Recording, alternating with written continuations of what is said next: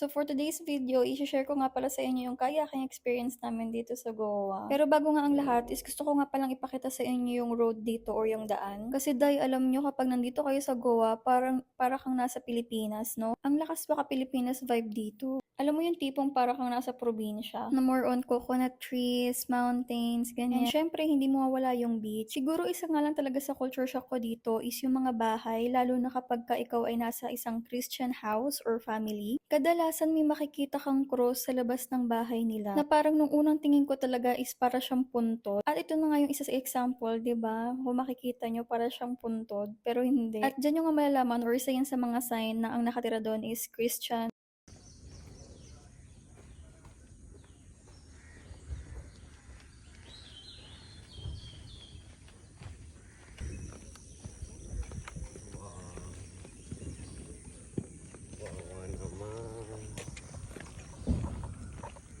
At finally, at last, nandito na nga kami sa paroroonan namin kung saan kami magkakayak. Actually, nakalimutan ko na tong lugar na to. Pero kung meron sa inyong interesado na malaman tong lugar na to and matry din magkayak, is DM nyo lang ako. Nung mga oras na to, is umaga nga pala kami nag-start dito, pero di ko ina-expect na medyo mainit na pala. At buti na lang nakapagdala tayo ng sunscreen. Huwag kayong mag-alala kasi wala naman nangangain dito, at so far safe naman kaming nakabalik, no, afterwards. Hindi lang pala kami basta-basta sa lake nagpunta dahil may part din pala dito na mangroves. At hindi ko nga ini-expect na medyo challenging pala ang pagkakayaking, no, dahil first time ko nga magkayak na sobrang layo nung pinuntahan namin. Siguro para sa iba is hindi naman siya sobrang layo. Medyo okay lang ako sa part na yon, pero siguro kasi sa tulad ko na hindi masyado nag-exercise, parang nakakapagod na siya mga mi. At actually kahit tong best friend ni Abby na si Srini and si Sai, silang mag-asawa is nahihirapan na din talaga.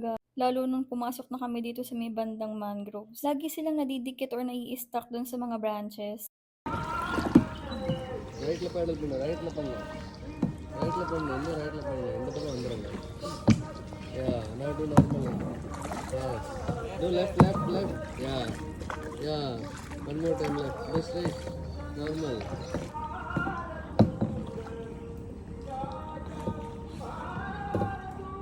Nung mga oras na to, medyo napapagod na rin si Abby, kaya makikita mo nakasandal na siya dyan. How are you, B?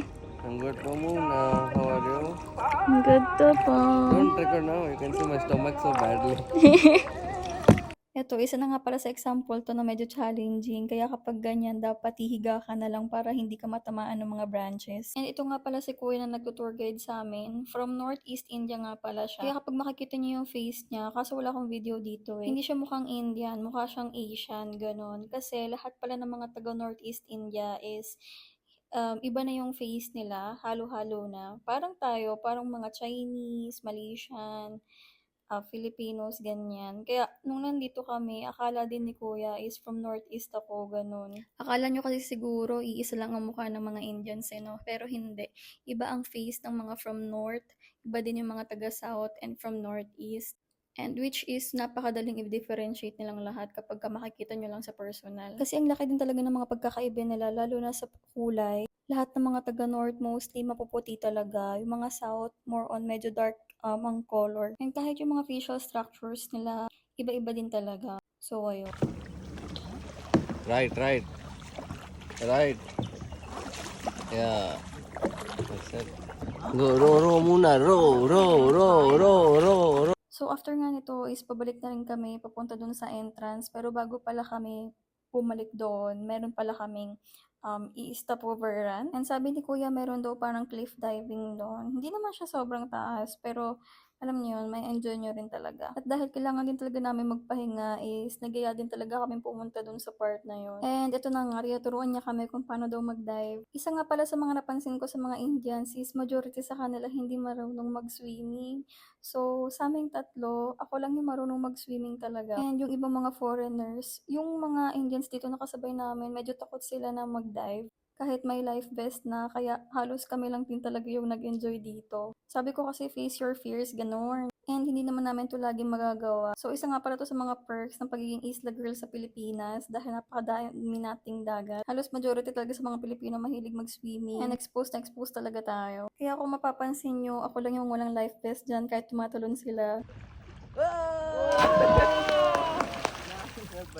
And after nga namin dito is naghanap nga pala kami ng restaurant na makakainan dahil gutom na rin kami. And ito nga pala yung isa sa mga restaurant na tinry namin, yung Jungle Cafe. Ito nga pala yung kainan na kung mapapansin nyo is may mga nagpapatugtog ng mga Filipino music. Check nyo dun sa latest post ko. Kasi kahit ako nagulat din na bakit yun yung music nila, di ba? Hindi ko alam kung dahil ba alam nilang may Pinay na kumakain or talagang gusto nila yung music. And napakaganda ng ambience dito kasi talagang jungle vibes talaga. Alfresco siya and super presko sa loob. Fully ventilated, gano'n. Ang dami rin kumakain ng mga foreigners dito kasi kompleto yung dish nila. May seafoods, may non-veg and veg. And napakarami din talaga nag-recommend ng place na to. Kaya talagang dito kami pumunta. At ito nga pala yung isa sa mga few dishes na in-order namin. Itong salad. And umorder nga din pala kami ng white sauce pasta. And the rest is puro meat na. Kaya hindi ko na masyadong vinidyuhan kasi alam nyo na bawal. At ang mga kasama ko ay puro mga vegetarian. Ganun. Ako lang kunwari yung kumakain dito ng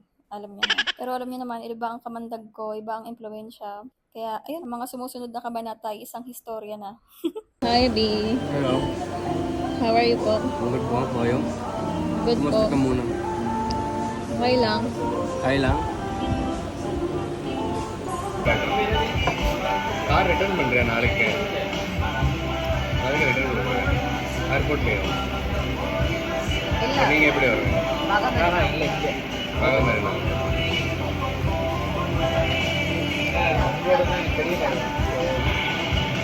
அவங்களோட பெரிய கார்